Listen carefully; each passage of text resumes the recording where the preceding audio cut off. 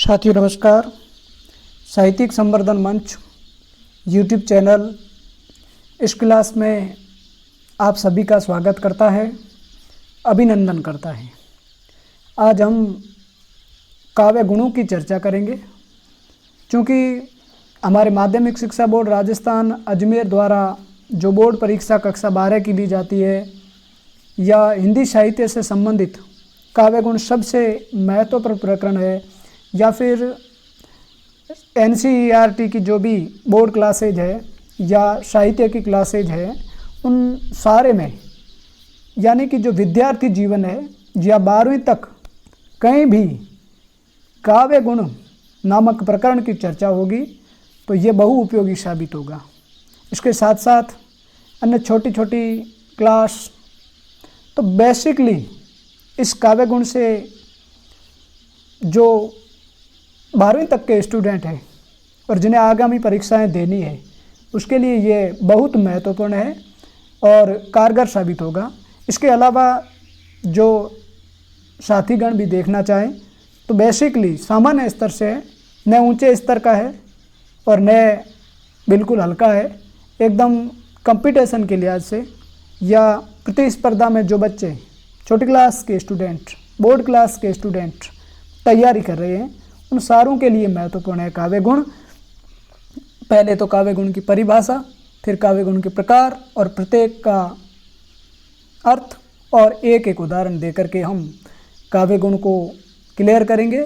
और इतना भर अगर कोई भी विद्यार्थी जो 12वीं में पढ़ रहा है या 11वीं में पढ़ रहा है और उनके अनिवार्य हिंदी या साहित्य में काव्य गुण नामक प्रकरण है, तो मैं समझता हूँ इससे बढ़कर के काव्य गुण की परिभाषा और उदाहरणों के माध्यम से समझने का या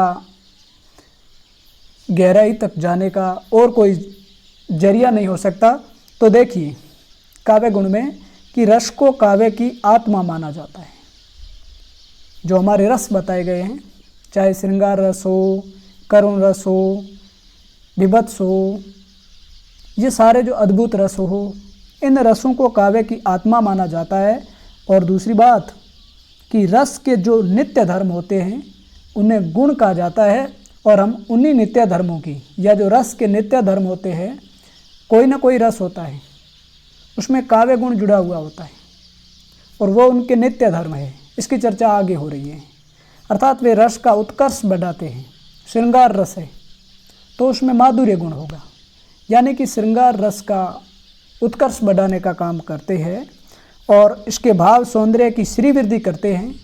ऐसे गुणों को हम काव्य गुण कहते हैं।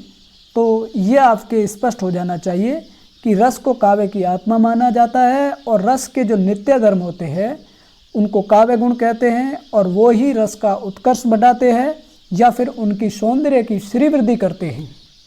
काव्य गुण की परिभाषा यही है और आप सभी को बड़ी गहराई के साथ और बड़ी सरलता के साथ इसको याद रखना होगा। फिर आप आगे देखिए।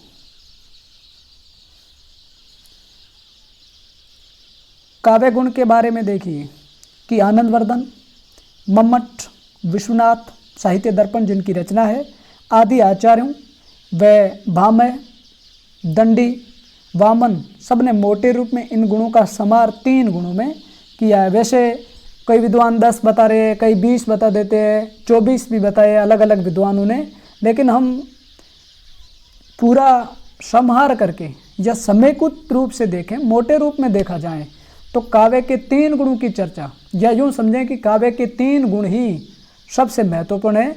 और वो कौन कौन से हैं अब देखिए। पहला गुण माधुर्य गुण, ओज गुण और प्रसाद गुण। ये जो 3 गुण हैं इन्हीं काव्य गुण को भेदों के रूप में देखा जाता है। माधुर्य गुण 1, ओज गुण 2 और प्रसाद गुण 3। अब आप देखिए माधुर्य गुण क्या होता है, ओज गुण क्या होता है और प्रसाद गुण क्या होता है। तो सबसे पहले हम माधुर्य गुण को देखते हैं कि कौन से पदों में या कौन से शब्दार्थ या कौन से शब्दावली को पढ़ें और पढ़ते ही हमें ये आभास हो जाए कि इसमें माधुर्य गुण है। तो देखिए कि इस गुण का सीधा संबंध मधुरता से जुड़ा हुआ है। जिसे पढ़कर मन आनंदित हो जाता है, यानी कि जहाँ मधुरता, जहाँ मस्ती, जहाँ आनंद, जिससे हृदय आह्लादित हो जाता है, मन में प्रसन्नता छा जाती है। और इसलिए जो माधुर्य गुण है इसका संबंध मधुरता से जुड़ा हुआ है। और जहाँ ट वर्ग यानी कि ट, ठ, ढ, ड, न, ये या फिर लंबे समास, इनको छोड़ करके जो मधुर शब्दोक्ति है उसको जगह दी जाती है, यानी कि जो मधुर शब्दावली है उन्हीं शब्दावलियों को इसमें जगह दी जाती है। लेकिन ट वर्ग या लंबे समास आदि इस प्रकार के जो शब्दावलियाँ हैं वो माधुर्य गुण के लिए निषेधात्मक है। और जो माधुर्य गुण है वो श्रृंगार, शांत और करुण, यानी कि इन 3 रसों को जो हम पढ़ेंगे उसमें हमें शांत रस को पढ़ो, श्रृंगार रस को पढ़ो या करुण रस को पढ़ो, उसमें माधुर्य गुण पाया जाता है। और इस गुण को सुनकर रसान्वित होता है कोई भी व्यक्ति और हृदय आह्लादित हो जाता है, यानी कि एक प्रकार से प्रसन्नता छा जाती है, वहाँ पर माधुर्य गुण होगा। और जो शांत, श्रृंगार और करुण रस में पाया जाता है या उनके उत्कर्ष की श्रीवृद्धि करते हैं। अब आप उदाहरण देखिए, उदाहरण भी हमारे रीतिकाल के रीति सिद्ध काव्यधारा की कवि बिहारी दास का कि बतरस लालच लाल की, बतरस लालच लाल की मुरलीधरी लुकाए, सो करे भवनी हंसे अदैन कहे नट जाए। लेकिन राधिका और कृष्ण का जब मिलन होता है या आपस में मिलते हैं तो जो राधा है बातों का रस लेने के लिए श्री कृष्ण की मुरली किस तरह से छुपा देती है, फिर सौगंध खाती है, हंसती है, देने का कहती है, मना कर देती है। तो इस तरह का जो ये हम बिहारी का दुआ पढ़ते हैं तो यहाँ पर माधुर्य गुण का पता पड़ता है या ऐसा लगता है कि यहाँ माधुर्य गुण है। और रही बात इस दोहे को आप याद करें, या ऐसा नहीं है कि यही दोहा है, माधुर्य गुण के खूब सारे उदाहरण पड़े हमारी जो किताब है उनमें से आपको जो भी आपको याद भी है और जो सरल है और जो माधुर्य गुण का द्योतक है आप उसी को यहाँ रखें, आपका प्रश्न और उस प्रश्न का उत्तर या उदाहरण ठीक हो जाएगा। हमने तो बस समझने के लिए आज से इस दोहे को रखा है।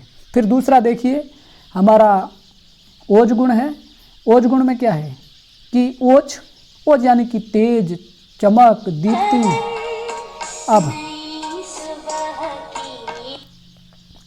जिस रचना को सुनने के बाद मन में उत्साह, वीरता, आवेश आदि भावों की जागृति हो, द्वित वर्ण, संयुक्त वर्ण, ट वर्ग इनकी अधिकता हो और जहाँ लंबे लंबे समास भी हो वहाँ पर जो है ओज गुण होगा, यानी कि मन में उत्साह, वीरता, आवेश ये जागृति आए। द्वित वर्ण होने चाहिए, जैसे ढक्कन में देखेंगे तो क, या संयुक्त वर्ण देखें आनंद में न अलंत न दूसरा। ट वर्ग की अधिकता हो, जो माधुर्य गुण में तो निषेध था, लंबे समास भी इसमें है लेकिन माधुर्य गुण में नहीं है। ओज गुण और माधुर्य गुण एक दूसरे के विपरीत हो गए। और फिर आप आगे देखिए किस रस का प्रयोग वीर, रौद्र, भयानक तथा विभत्स में किया जाता है, जबकि वहाँ हमने देखा था माधुर्य गुण में कि शांत, श्रृंगार और करुण रस में किया जाता था। उदाहरण देख लीजिएगा जिससे स्पष्ट हो जाएगा कि यहाँ ओज गुण है। बढ़ो करो वीर स्वजाति का भला, अपार दोनों विधिलाभ हैं हमें, किया स्वकर्त उपार जो लिया, सुकीर्ति पाई यदि भस्म हो जाए। तो इस प्रकार से ऐसा उद्वेलन पैदा करने वाला, आवेश पैदा करने वाला, जोश और उत्साह भरने वाला ये ओज गुण का द्योतक है। अब हमारा अंतिम गुण जिसे प्रसाद गुण कहते हैं कि प्रसाद से आसे प्रसन्नता, प्रफुल्लता, जहाँ सरल सीधे साधे शब्दों के द्वारा वाक्य की रचना हो वह प्रसाद गुण होगा। एकदम सरल, सीधे साधे, सटीक, सौम्य शब्दावली। इनका उपयोग प्राय सारे रसों में किया जाता है। देखिए सभी रसों में। ये सूखे ईंधन में अग्नि की भांति या स्वच्छ जल की भांति है और जो इसको सुनेगा शब्द का अर्थ उनको शीघ्रता के साथ समझ में आ जाएगा। और हम भी देखते हैं उदाहरण। ये जो उदाहरण मैं पढ़ रहा हूँ महत्वपूर्ण है, निराला का है। भिखारी की दुर्दशा का चित्रण है कि वह आता दो टूक कलेजे के करता पछताता पथ पर आता। एक भिखारी है और वो रास्ते पर भीख मांगते मांगते चलता है और कंडीशन उनकी ये है, स्थिति है कि पेट पीठ दोनों मिलकर है एक। पेट और पीठ दोनों मिलने का मतलब बहुत गरीब, दुबला पतला, चल रहा है लकुटिया टेक, लकड़ी टेक करके चल रहा है। मुट्ठी भर दाने को, अरे भूख मिटाने को, खाने के लिए दाना भर पाने को, मुंह फटी पुरानी झोली को फैलाता वह आता, दो टूक कलेजे के करता, पछताता पथ पर आता। इस तरह से आपके काव्य गुण की परिभाषा, उनके भेद, माधुर्य गुण, ओज गुण, प्रसाद गुण, उनके उदाहरण, उनकी भी परिभाषा हमने पूरी करी। जो सबसे महत्वपूर्ण उदाहरण और सबसे महत्वपूर्ण बातें थी उनकी चर्चा हो गई। फिर मिलेंगे इसी प्रकार के काव्य गुण, काव्य रस, काव्य दोष या जो भी प्रकरण आपके सिलेबस में है, सारों की चर्चा होगी। आप सभी को बहुत बहुत धन्यवाद। जय हिंद, वंदे मातरम।